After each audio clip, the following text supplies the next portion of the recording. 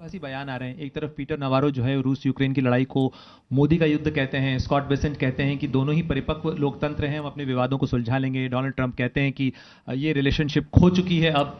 तो भारत अमेरिका के साथ संबंधों को किस तरीके से देखता है उस रणनीतिक साझेदारी में, तब जबकि हमारी फोर्सेस उनके साथ जॉइंट युद्धाभ्यास भी कर रही हैं, बहुत सारी चीजें अमेरिका के साथ चल रही हैं। इस संबंध को जोड़ने और बनाए रखने के लिए भारत की तरफ से क्या प्रयास हैं?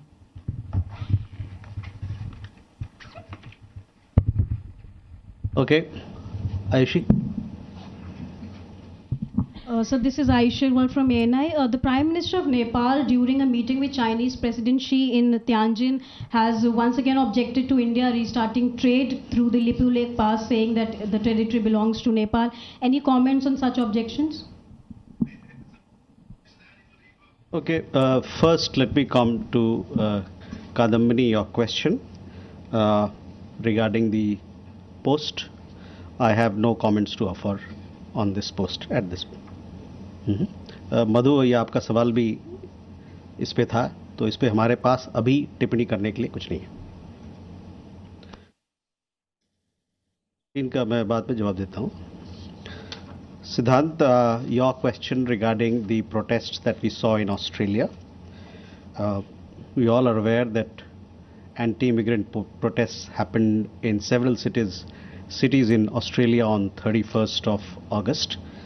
Our High Commissioner and our Consulates General in Australia, they were in regular touch with the Australian government as also with our community members in this regard. As you know that we have a large diaspora. तो देखिए MEA की press briefing में ये साफ कर दिया गया कि ये जो अभी पोस्ट डोनाल्ड ट्रंप ने पोस्ट की है उस पर हम कोई टिप्पणी अभी नहीं करेंगे। सुशील जी मेरे साथ जुड़े हुए हैं, एक्स डिप्लोमेट है। सुशील जी, ये जो अब ट्रंप ने नया बयान दे दिया है कि शायद हमने चीन के हाथों रशिया और भारत को खो दिया है, लेकिन उनका साथ समृद्ध हो, इसको कैसे समझा जाए? हालांकि ट्रंप तो रोज सुबह उठते हैं और एक नया बयान दे देते हैं, लेकिन इस बयान के हम क्या मायने निकालें? बिल्कुल, अब इनको रियलाइज हो रहा है ट्रम्प को कि भारत उनके धमकियों में आने वाला नहीं है। और ये जो हम कहते हैं, भारत जो कहता है स्ट्रेटेजिक ऑटोनॉमी की जो बात करता है, उसका शायद उनको थोड़ा थोड़ा मीनिंग उनको समझ में आने लगा है।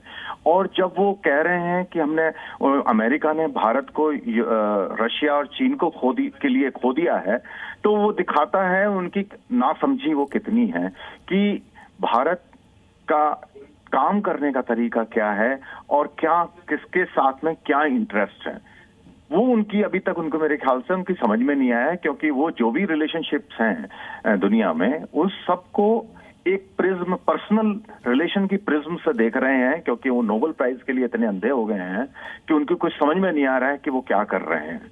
तो जो उनका ये बयान है वो उनकी फ्रस्ट्रेशन दिखा रहा है, और मेरे ख्याल से इससे ज्यादा और कुछ नहीं है। और कल को तो बिल्कुल सुशील जी, एक बहुत मैच्योर्ड लीडरशिप इस समय भारत में है और किसी भी तरीके की कोई टीका टिप्पणी भारत की तरफ से नहीं की गई। चाहे आपने 25% टैरिफ लगाया और फिर चाहे एक्स्ट्रा 50% लगाया, और एससीओ समिट में प्रधानमंत्री नरेंद्र मोदी का पहुंचना, वहां पर राष्ट्रपति व्लादिमीर पुतिन से मिलना, शी जिनपिंग से मिलना, कहीं ना कहीं एक नए वर्ल्ड ऑर्डर की ओर जरूर इसको माना गया इशारा है।